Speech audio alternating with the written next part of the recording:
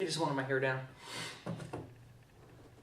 So welcome to the latest episode of GPR, where we have made it to the end, which I didn't think we were going to make it to. Not the end of the show, don't worry about that, but the end of our doctor specials, our primers, our exploration into the 11 doctors. And we are focusing on probably the most, I would say, well-known at this time. I mean, Tennant, of course, the 10th Doctor is very, very well-known in his own right.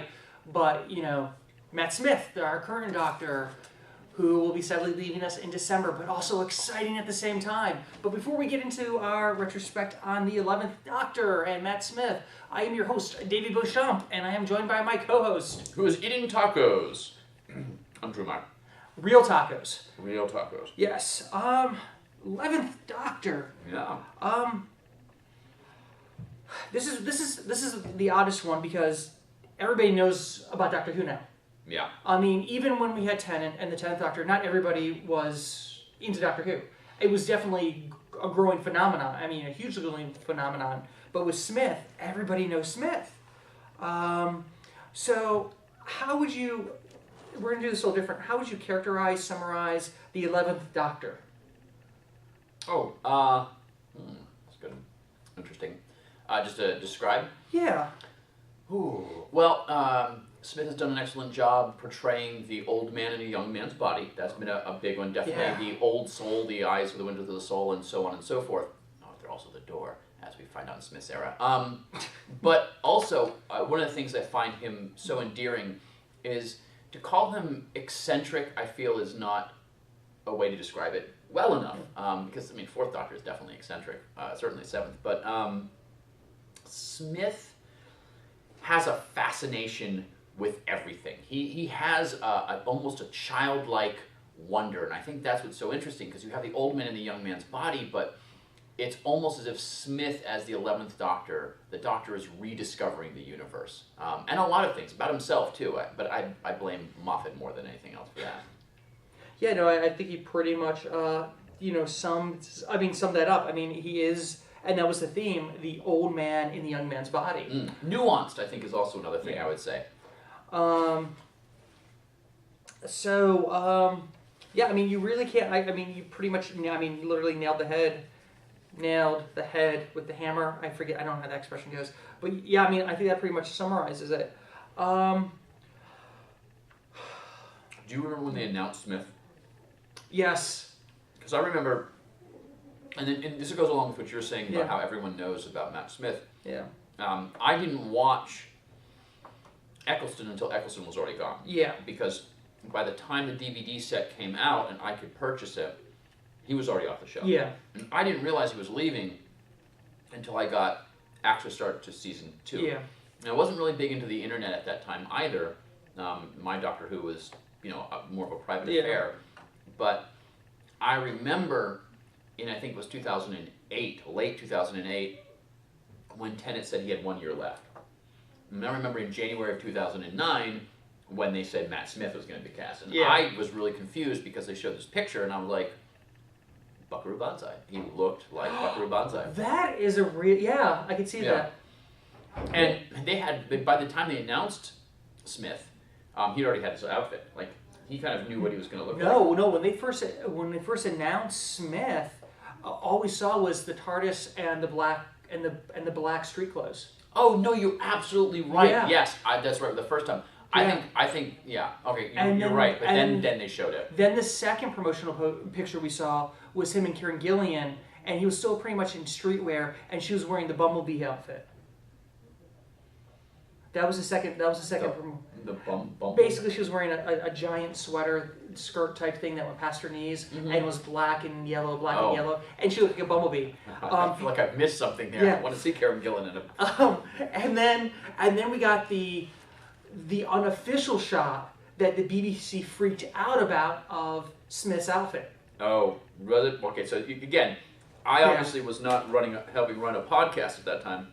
Oh, I wasn't paying attention. I wasn't here, and I'm also not as internet savvy as anybody. Actually, the funny thing is this actually still predates GPR. Oh, really? It does. It does. We didn't start until the second season of Smith.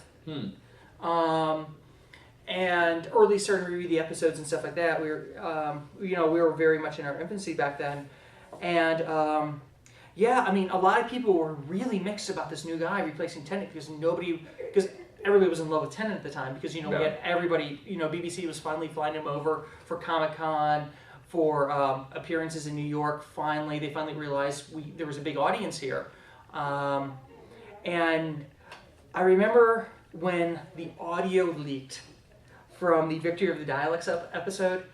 It was him rehearsing some lines, and people were up in arms because they were like, we don't like the way he sounds. He doesn't sound like the Doctor. It's horrible. And I was one of the few people who was like, I'm going to wait and see what happens. I'm going to wait and see until we see it on screen, because they had recorded it through an air shaft from another room, and yeah, I mean, the audio sounded horrible. I still have not listened to that. Oh, it's absolutely dreadful. But I mean, it is what it was. But I will say this about Smith. He has been the first Doctor out of New Who that sold me on his Doctor by the end of his first episode, the 11th Hour. I mean, he was a Doctor to me. When he did his little speech to the Atroxys, I was sold that Smith was the new Doctor, without a doubt. And that hadn't happened with Eccleston, because we didn't have a lot of Eccleston in the first episode. I liked him. He was charming. He was different, There was a little bit of classic Who into his performance. And then Tennant, we barely got any Tennant in his first episode. Sure. And then it was like, I felt like they were rehashing some of the first Eccleston episodes with Tennant. And, it took a little while for them to grow on me, even though I ended up loving both of them as a Doctor. But Smith had me sold that he was a Doctor from the very beginning. Yeah, I think, I feel it somewhere. I've read Moffat had said that the idea behind the Doctor having problems regenerating, it's going to happen every single regeneration, but why not this time have the Doctor, basically the worst day of your life, you're regenerating all this stuff, but then now have to save the world on that day, which of course he saves the planet more or less every single episode, but hit the ground running and running, flailing. Yeah. Even without a screwdriver. Yeah. No TARDIS, no screwdriver. Yeah. No ducks in the duck pond. Yeah, I know. Which that still has not been answered. No, I feel like it did. Well, no, I mean, shall we move? Shall we move let's move to? All right. So 11th Hour, which was originally supposed to be called The Doctor Returns. Yeah. Was also, I think, as you told me, originally supposed to be a David Tennant episode. It was supposed to be it was supposed to be a David Tennant episode. That would have been interesting. Bringing in the fairy tale magic. So we're going to make an assumption here. If you're watching this episode, you've probably seen 11th Hour. If you haven't, turn us off now and go see the 11th Hour. Yes. It is, I think, if you're going to watch New Who, there's only two places to start. You're either going to start at the very beginning at Rose, or you start at the 11th Hour. Those are the two best episodes. I'm not saying they're the best episodes of New Who. They're just probably the best, because I rewatched, we hosted 11th Hour this past Saturday. For you guys, is this going out Wednesday? No, it is Wednesday. So next Wednesday. So this 2 weekends ago for us, we hosted it at Geeksboro. Rewatched it for the umpteenth time. I've lost count how many times I've seen it. And it's an episode. It has everything. It has absolutely everything, and that's what makes it really good. But I finally, I am at peace with the duck pond. You are? Why are you at peace? Okay, so back in the day when Matt Smith looked like a really young man, and it is amazing how young he looks. Yeah. Doctor Who, with a 9-month shooting schedule, Doctor Who really will age you. Watching it, there was a moment with his very, at the time, I'm sure, state-of-the-art cell phone. But so we get the, how can it be a duck pond if you don't have any ducks? Well, at one point in time, as Amy and Rory are being cornered by Prisoner Zero, she gets a text, right? Mm-hmm. Do you remember what the text says? I don't remember what the text says. It says duck. And her last name is? Pond. Pond. Oh, that's duck, nice. Pond. Yeah. Boom. So, might it have something, might we see the duck pond in the 50th or Christmas episodes? That'd be great. I'd be fine with it. If we don't, I am at peace. Yeah. I mean, the only mystery left, because we've been told, of course this is jumping down to the Big Bang with the TARDIS exploding, the only other real mystery in the 11th Hour is the house on fire. In one of her drawings, she has the house on fire. I've watched that a number of times. I've never seen that. I'll pull it up for you. Okay. But yeah, no, honestly, let's And look the at- TARDIS exploding. We still haven't seen that. Yeah, but they promised us 50th. We'll explain that. Oh, okay. Yeah. So, favorite moments of Smith's tenure as a Doctor. Things that are like key moments that define his time as the Doctor. Okay, so not episodes, but moments. Yeah, moments. All of the 11th hour, I think. There's an amazing part in The Vampires of Venice where he is looking in the mirror, kind of doing these little touch-up jobs, and he turns and the ladies are coming after him, and he turns and looks in the mirror, and he turns back around, and he realizes that he's dealing with vampires, and he goes, "Oh, this is Christmas."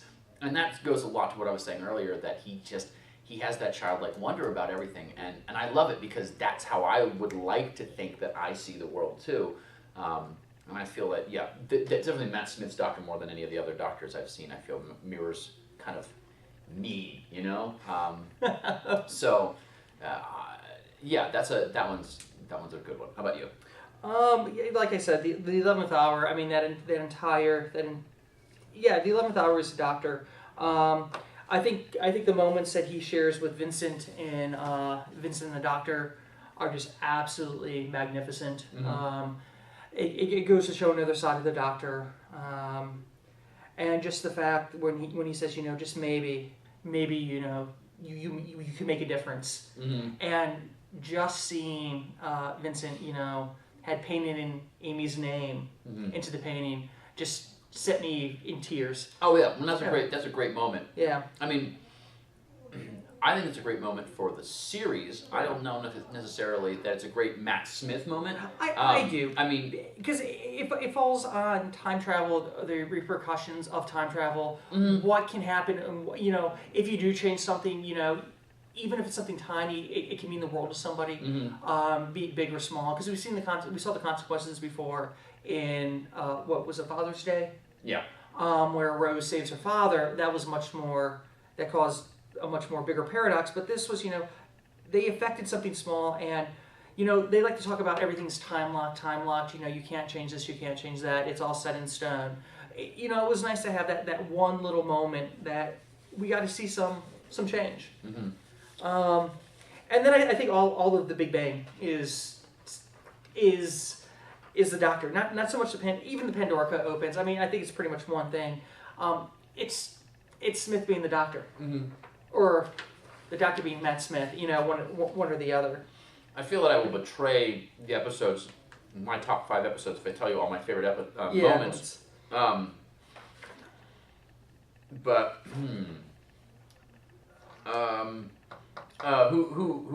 still has a Christmas list from Dinosaurs in a Spaceship? I do. Yeah. I'm very excited about that, Yeah. and just his kind of joy at seeing the dinosaurs.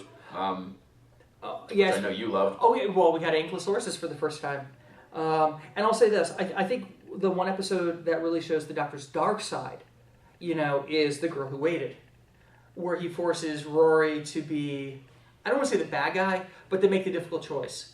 No, because I don't think he ever gave Rory a choice. The Doctor was going to do what he wanted to do. He just wanted Rory to accept that. Yeah, I know, but what I'm saying, it shows that darker side, the darker side of the Doctor. Well, all right. I think the argument can be made that it's not necessarily a dark side of the Doctor, but the Doctor had a choice that had to be made, like one or the other, and I don't think the Doctor was ever going to give up on Amelia. But again, I still think that Rory's not a companion. I don't think Rory ever becomes a companion until Series 7. Oh! I feel so bad. We forgot to do one part. We'll finish up your thought, and then we'll go back to what I forgot to do. I do want to say that Time of the Angels, Flesh and Stone, Big Bang, Pandora opens. In particular, the reintroduction to River Song. But when we get to my favorite episodes, I'll talk about those. Yeah. Well, I forgot to run down the stats for the 11th Doctor. I can't believe I did this. His tenure started January 1st, 2010, and we know it's ending this Christmas. His first appearance was The End of Time. That's how I feel about The End of Time. He appeared in 37 stories, which equates to 42 episodes. His companions are considered Amy Pond, Rory Williams, River Song, Craig Owens, No. and Clara Oswald. Well, I'm just reading off what the general consensus is. And yeah, he Series 5, Series 6, and Series 7, and then what they're calling the special, which is the 50th anniversary special, as something on its own accord. So that was interesting. Let's talk companions. Sure. You kind of said no on Craig. Yeah, let's go back. Well, all right. Because I know we've gone back and forth on what makes a companion. We have. And yours is they travel in the TARDIS. Or as long as they're not Nixon. Right. Okay. So Yeah. the Nixon argument meaning is that they travel in the TARDIS. Well, I'm nixing that because plenty of people, especially in classic, who have traveled in the TARDIS, and Mickey traveled in the TARDIS in Rose, but he didn't become a companion until much later on. No. And again, I almost feel that to call Mickey a companion seems. But that's neither here nor there. I also don't consider any member of UNIT to be a companion either, because they're almost entirely from Earthbound stories, and I don't think I see them being assistants or associates. Anyway, that's neither here nor there. Yeah. Craig doesn't ever travel in the TARDIS. He doesn't. And I think what makes Craig such a special character is Craig is a friend. I don't think he's a companion. That's a good point. Because the Doctor comes to him. Yeah. Craig never, and he has no reason to leave. That's the point. A companion is someone who I feel travels with the Doctor and goes on adventures with the Doctor, almost by choice. And Craig had no choice in that first episode, nor the second episode, really. No. And so I would say no. And it's okay if people disagree. I no, honestly, I'd agree with you. Because I'm just reading, general stats here. Sure. But no, I have to agree. Especially, he is most definitely a friend. I mean, the Doctor came to him that second time looking for a friend, not a companion, not a mate, not somebody to copulate with. He was looking for a friend. Yeah. Somebody to cheer him up, to make him, or someone just to say goodbye to.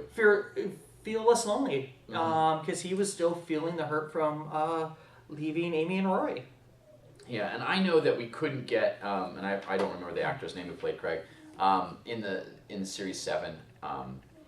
I would not have minded to have a Craig episode in every series. I know it probably would have gotten old after 3, but I gotta say, thinking that we're probably not going to see him for the 50th, and we probably are not going to see him for a Christmas episode, it's kind of a bummer. I would like to see, though it would be very cool to see Capaldi show up later to interact with Stormy Head. But so, who's your favorite? Who's my favorite companion? Yeah, for the 10th. I mean, sorry, for the 11th Doctor. River Song. Really? Yeah. And See, I think I almost have problems considering her a companion, but I almost have the same issue with Ramona. I see her more as an equal to the Doctor than a companion. Well, I think the term, and I think the problem is the semantics of the word companion. People didn't start using the term companion until after the 26 years of Doctor Who was over. Really? Yeah. Early on, they were assistants or traveling buddies. I don't think, and I could be wrong. Please, if you know the answer, feel free to put a comment in the section below this video. I don't think they used the term companion until after the '96 movie. I'm gonna have to check the Whoology book. That might be in there. Yeah, because I mean, I think back. You have the third Doctor. Liz Shaw was definitely an assistant. Oh yeah, most definitely. Almost against her will, but she was, I would think, in many ways unequal to the Doctor. Jo Grant, she technically traveled with the Doctor, but she was a member of UNIT. Yeah. And then Sarah Jane, she was definitely, I think, a companion because she could go back to her real life and did so frequently and chose to travel with him. I think Jamie's it would be in that same category. Well, Jamie kind of got picked up and moved and is not going back. But, it's, again, you go through the entire history of all the companions. And we use companion now as that term because it's an accepted term. Yeah. But, as far as Who fans, and I wasn't a part of fandom at the time where companion was not the term to use. I remember David J. Howe has a book called The Companion Companion. See, I think that's where the term came from. Were some of the books, because all the books back in the day were the Book of Companions. It was Mhm. it was always companion there. Yeah, I don't think, and I could be wrong, it could have been toward the later end of Classic Who. Yeah. As far as whether or not River is a companion, yeah, she's something different. Yeah. But, and you know, I gotta say, RTD, if I could go back in time, if I had my own TARDIS and travel back, I know it seems like a very piddling thing to do if you had your own time machine, but I really would have liked to have seen Silence in the Library and Forest of the Dead show up as a Ninth Doctor story. Because how great would it be to have Rev River Song in... Because, you know, if they never have another River Song episode, it's fine. The Name of the Doctor was a really good episode. But... it was a nice farewell. I just want to say that. It was a nice farewell. I still think that had River Song only showed up in those two 10th Doctor stories, I would have been hard-pressed to say that River Song was the very best thing that ever happened to Doctor Who. Yeah. I think that just that Moffat's idea. I think it would have been better as a Ninth Doctor. But yeah, as far as them, I love Amy, and I think you should also include, I know they're the same person, but I think Amelia Pond and Amy Pond are two different people. I agree. I think really as agree. As far as the Doctor's relationship with them are concerned, I know it's the same person, but you know, yeah, there is a definite mechanic between the two of them. And I'm not gonna lie, my favorite companion has to be Amy Pond. There's something about that feisty redhead I absolutely adore and love. Yeah. And then once we got Amy, Pirate Amy. Oh. Yeah, no, I'm just fully and madly in love with Karen Gillian. I think she is the bee's knees. She's phenomenal.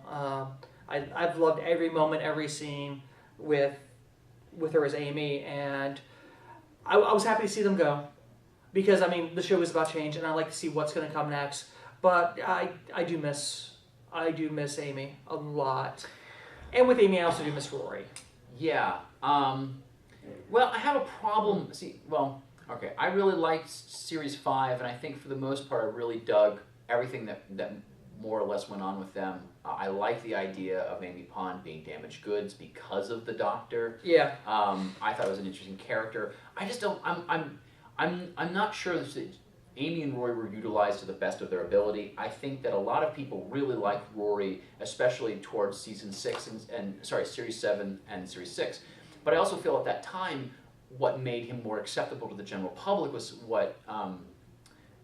not what he originally started off as. No. I mean, this is a guy who is hopelessly, and the reason I don't think of Rory as a companion is I think he's Amy's companion up until Series 7, the first 7A, and I think those were my favorite Amy and Rory as a traveling couple because they were more comfortable with each other, and with the exception of that weird opening Assignment of the Daleks where they were divorcing, and I didn't believe that for a second. That could have been done much better. But, yeah. I think those two in those 5 episodes, or 4 episodes, because Town Called Mercy. You're not going to get an argument out of me on that one. Oh, such a shame. It's such a shame because I was really excited about that episode. It just felt like a bad episode of Star Trek. Not a good episode. And I'm not saying that Star Trek is bad. I'm just saying it felt like a bad Next Generation episode starring the Doctor. So. Okay, since we're now sort of starting to talk about episodes, sure, let's start talking about some of our favorites. Okay. Should we just go ahead and assume that both of 11th Hour is right there on top? I mean, honestly, I think if I was going to say if I had one favorite top episode, hands down, it has to be the 11th Hour for me. That's my number one spot. I mean, since Rose saying that it's one of our favorites, I mean, I'm just going to go out there and say it is. It's one of those I can watch over and over and over and over and over again and not tire of it. I have watched it over and over and over again and not tired of it, but I'm not sure that it takes the number one spot. Yeah, I mean, that's fine.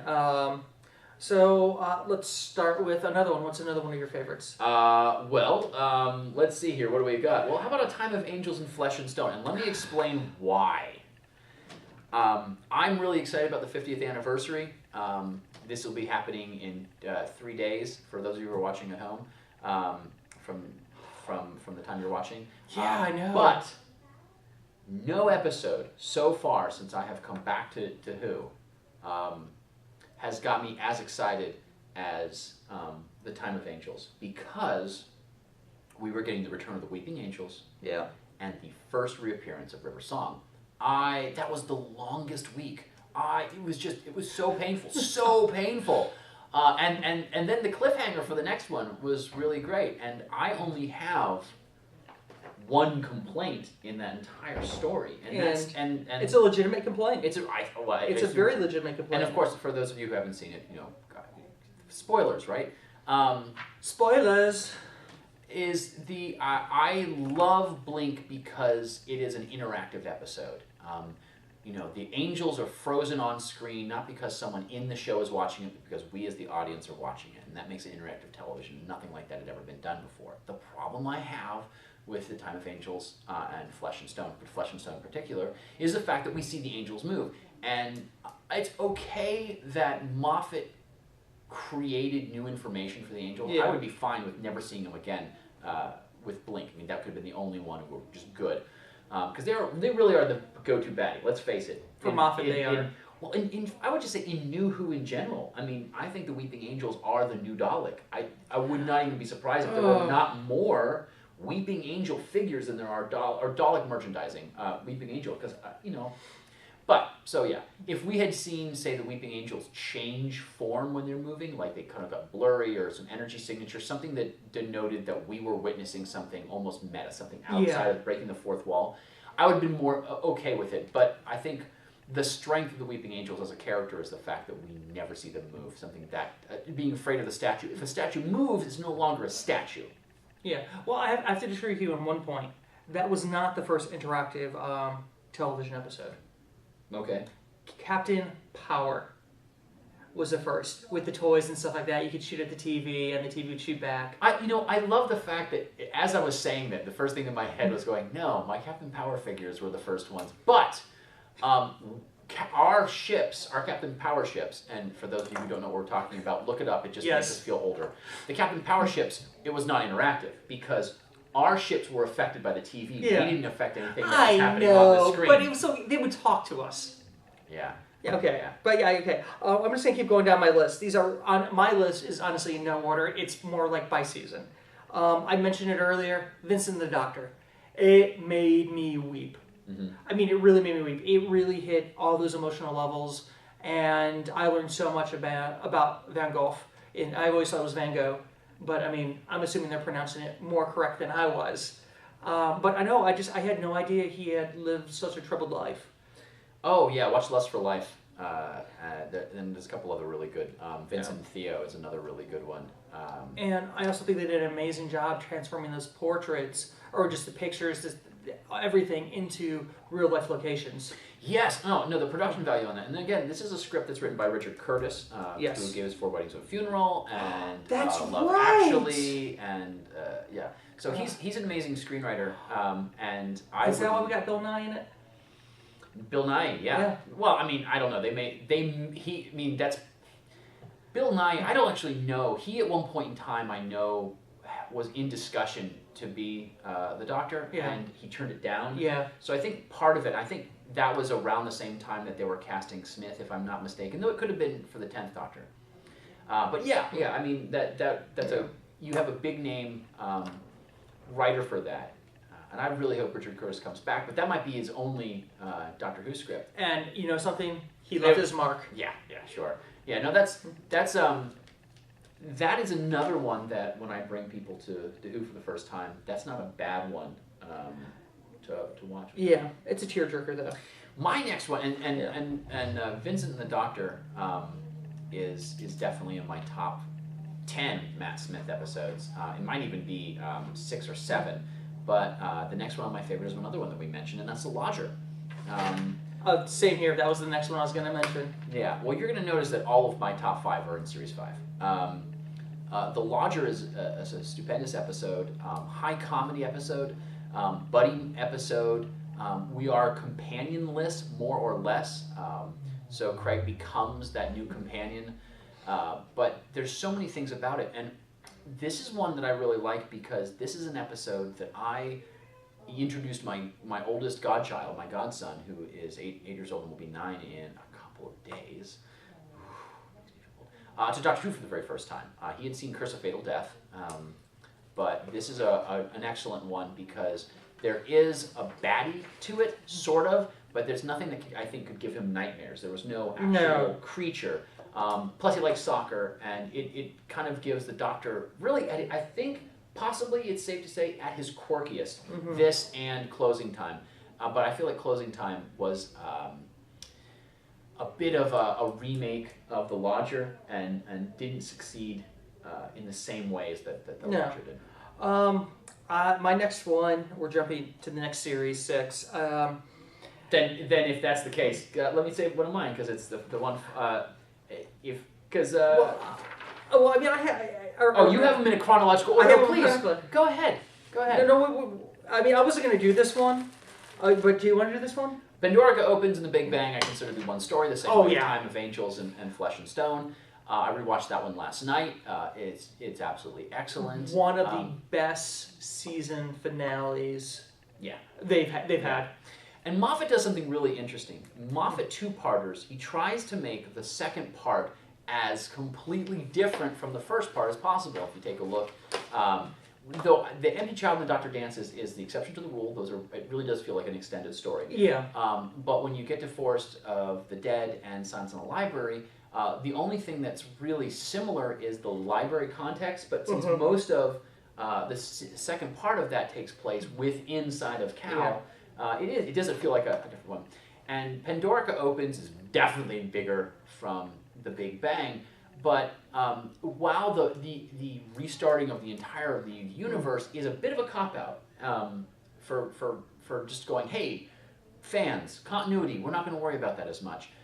It's a great episode because it's timey-wimey, it brings back River's song, it has the Fez. It also, I mean, is when Rory becomes, I think, Rory. With him being the Centurion, the boy who waited, it added a whole new element to his character. Yes and no. I think yes in many ways. It definitely gives Rory something other than the boy who died. Yeah. I like the idea of making the boy wait. It's a good bookend. However, it is the beginning of making him the last Centurion, which kind of makes him a badass. And my problem with the last Centurion is you would assume that someone who'd been alive for 2,000 years, which by the way is 1,100 years longer than the Doctor, would be a different character. If the Doctor's telling the truth. If the Doctor's telling the truth. And all of the information that we've heard up until this point is, for instance, when we move into Series 6, we start saying that he's 1,200 years old, but it still doesn't matter. Rory is actually the old man.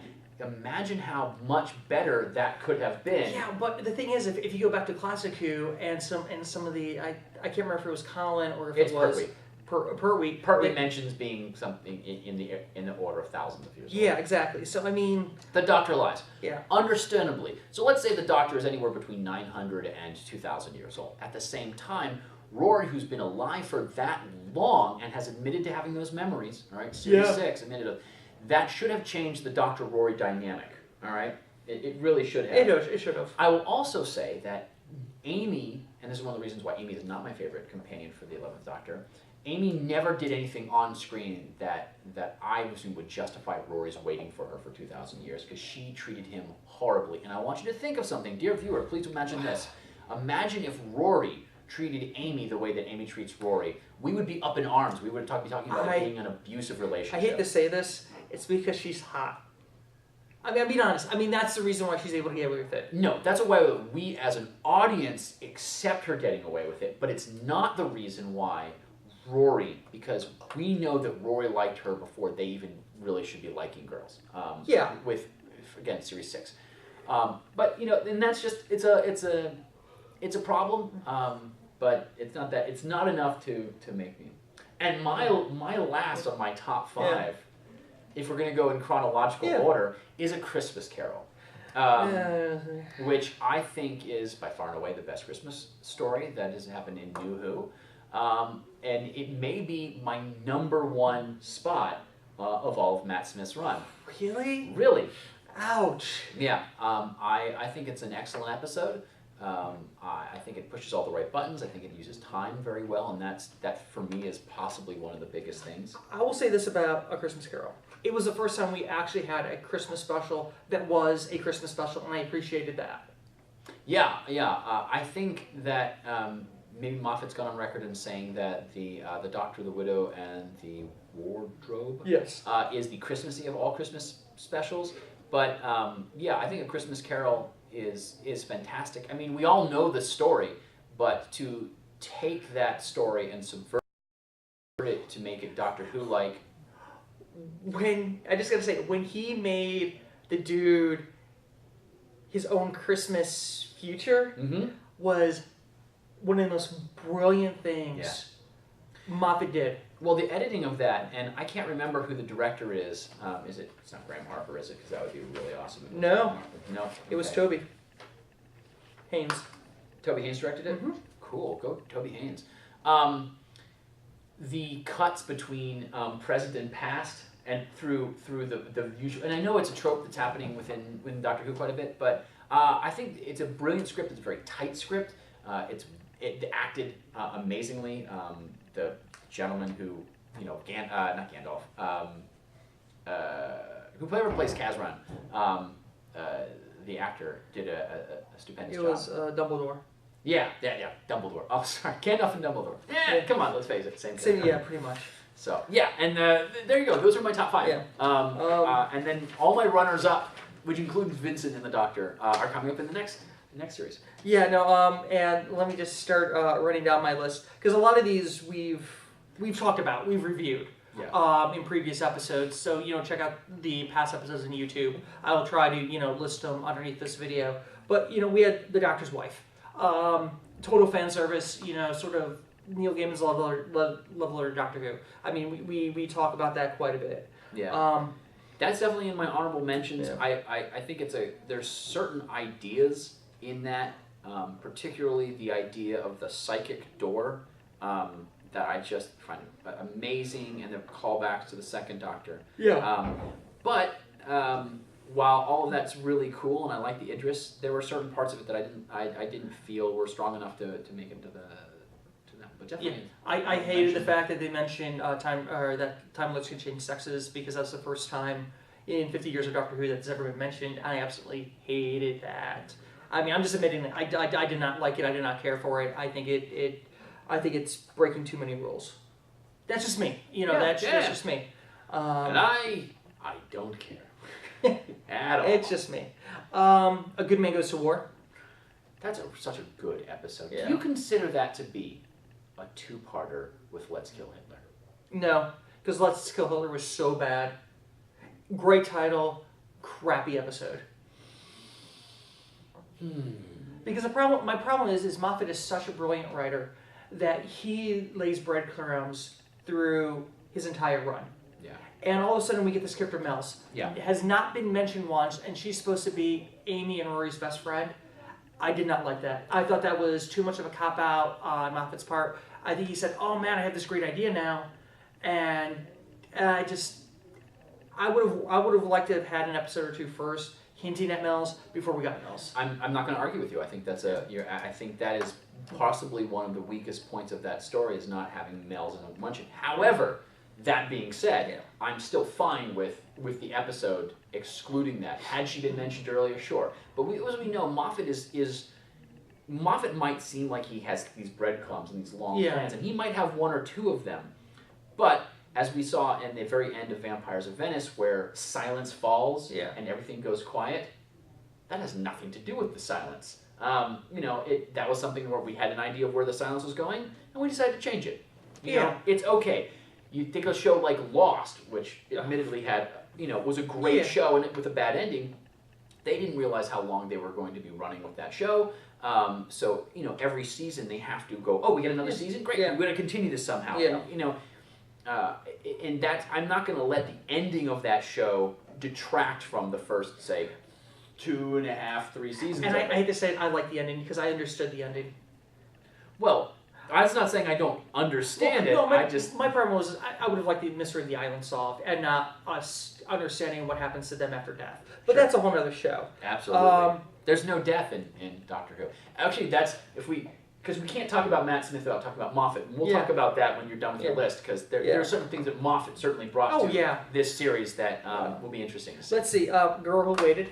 Girl Wait is an amazing episode. It's an amazing It's episode. an amazing episode. Definitely top honors with that Yeah. one. Closing Time. One of my favorites. Oh, you're skipping over one that I definitely would put in my I like the episode. It's a runner-up. I'm assuming it's God Complex. God Complex. It's a great episode, and I would have liked to see that doctor journey with a doctor for a little while, because I thought they had a great dynamic between the two of them. Well, I think one of the fun things that we have, and of course we're talking about, I can't remember her name, but the Muslim doctor. But she was great. Yeah, and I think one of the things is that's a tease, because occasionally we find these potential companions. And it happens throughout Classic Who. And one of the things that has to happen to a potential companion is they have to die. Every once in a while, you have to go, oh, you can't bring everybody aboard the TARDIS. Katrina? Wasn't she one of the first? Katarina, yeah. Yeah, blown out of an airlock. Then we jump over to Series 7 with me, with Dinosaurs on a Spaceship. Dinosaurs on a Spaceship? It's Dinosaurs on a Spaceship. Right. It has Ankylosauruses in the opening shot. I love that episode for that alone. Sure. I'm going to go ahead and say that I think that Dinosaurs on a Spaceship is, if not my top favorite episode of Series 7, then in my top 2, along with, well, one we'll mention, I'm sure we both liked it, but maybe you didn't, I can't remember. Then actually I jumped to the second half of the next season of Series 7, Cold War. I love the return of the Ice Warriors. I'm a huge fan of the Ice Warriors. So I was glad they came back. Cold War left me a little cold. I gotta say, I enjoyed it. I thought it was a fine story. I think that one of the strong suits that Mark Gatiss has is he's an amazing writer of period pieces. I felt there were a couple of things that story could work out, but it was a good story. Yeah. And then honestly, the last one so far, I would say is The Name of the Doctor for me. Yeah. Well, we skipped over my favorite 7B. What? 7A, Dinosaurs on a Spaceship, hands down. 7B, Hyde. Loved it. Look, folks, I don't care. Metebolus does not bother me in the least.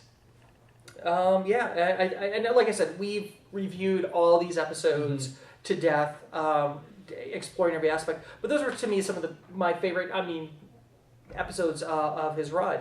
But that's the interesting thing about Moffat, because you're talking about Moffat. Moffat truly defined the 11th Doctor, because he had him from literally start to finish.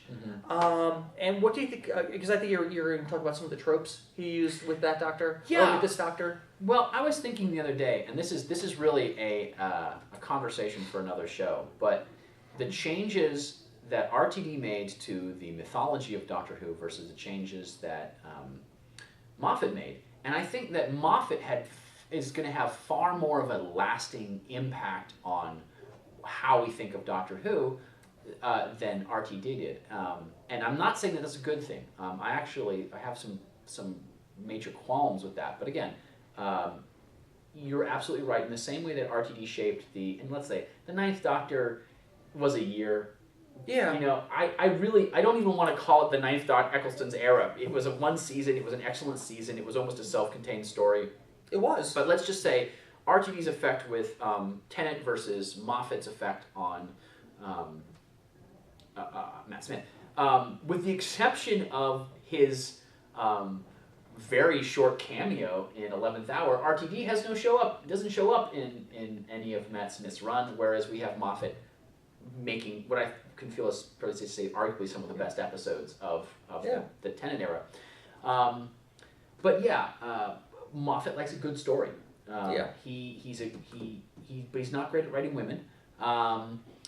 His build-up is really good. He and RTD are both really good at the setup. I'm not always so great and so sure that they know how they want to end things. Or I think Moffat's problem really is that he has so many good ideas that he can't use them all, and sometimes tries to fit all of them in. Yeah. And at the same time, and on the flip coin of that, the coin, is that sometimes he has really great ideas and uses them over and over again in different combinations.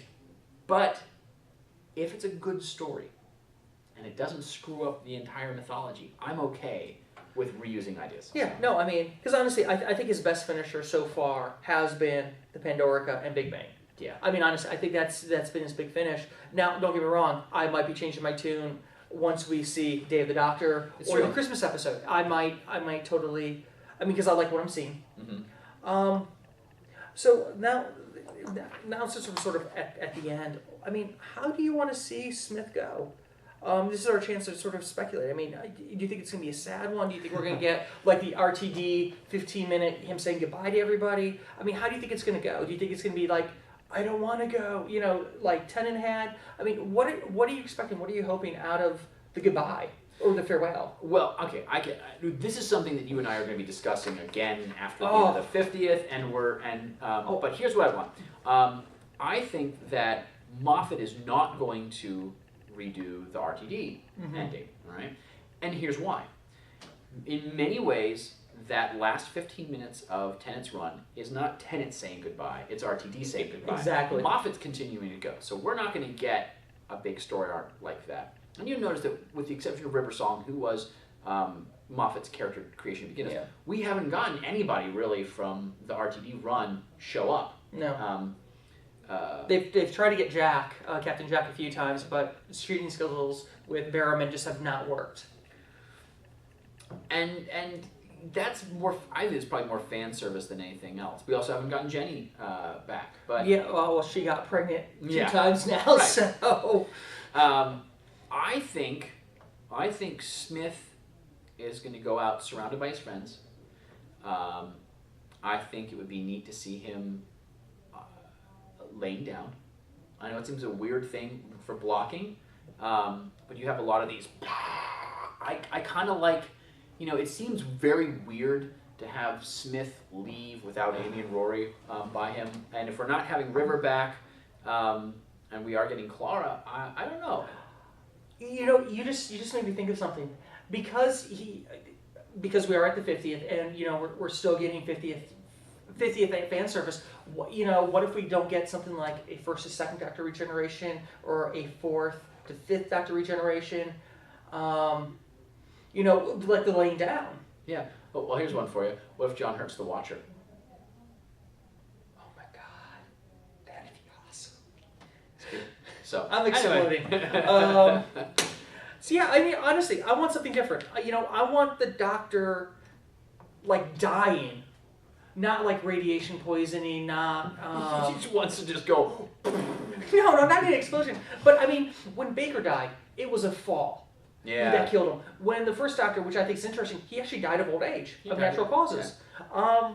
Which, of course, I can't see Matt Smith dying of natural causes, but I just want to see something different. I don't want to see, the heart of the TARDIS. I don't want to, I wouldn't mind a stray bullet. So I would love to see something... It's an homage to how I mean... McCoy died. What if it's just a shocking thing? Like, just something just happens. Yeah. And he dies. Not like this long goodbye, not this, old age thing. What if something just traumatic, just hit by a car, plane crash, just something we haven't seen before? Yeah, well, I'll tell you this. I don't think that Moffat will kill Smith in a terrestrial way.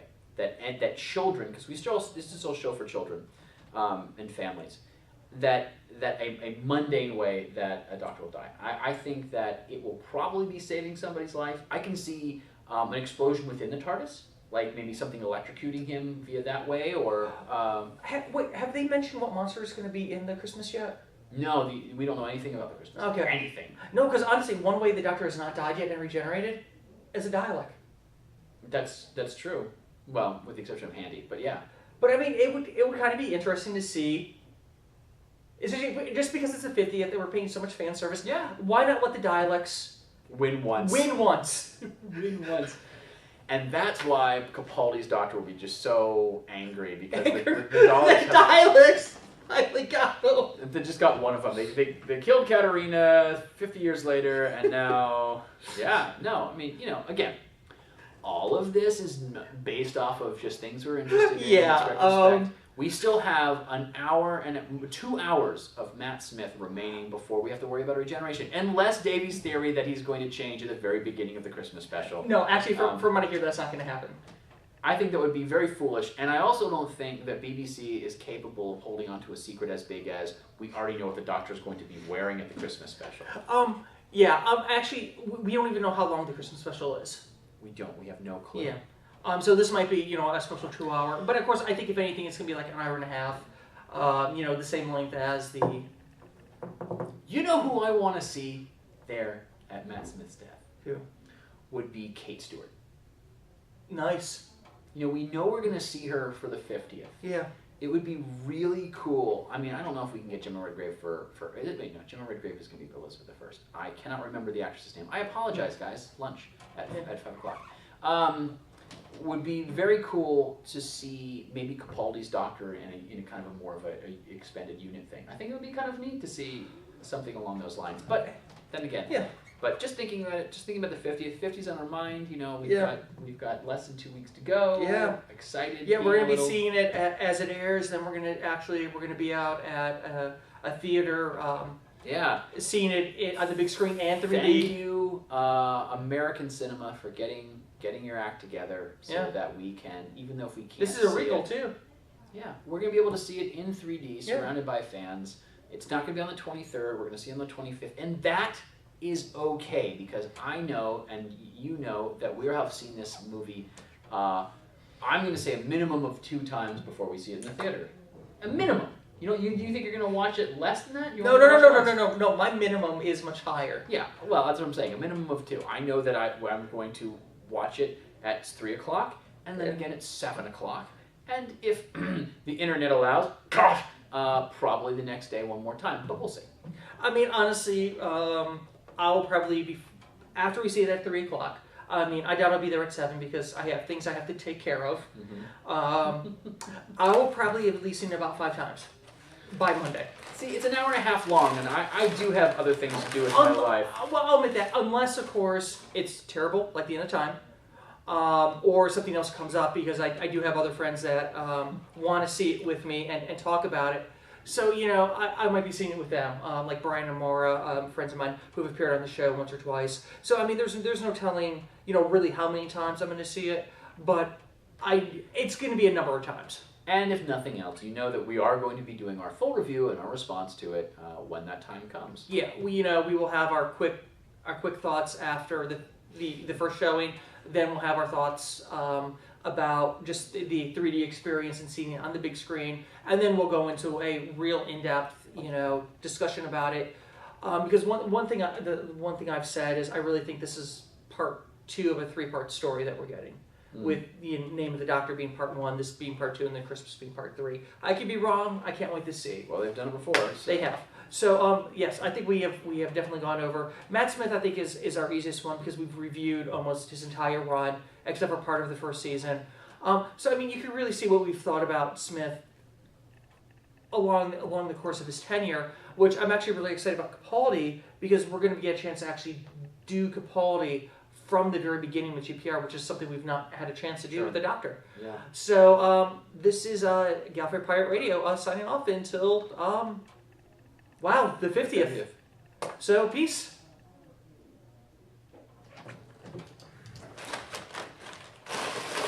Wow, yeah, I didn't think about that. The next time we do an episode, like a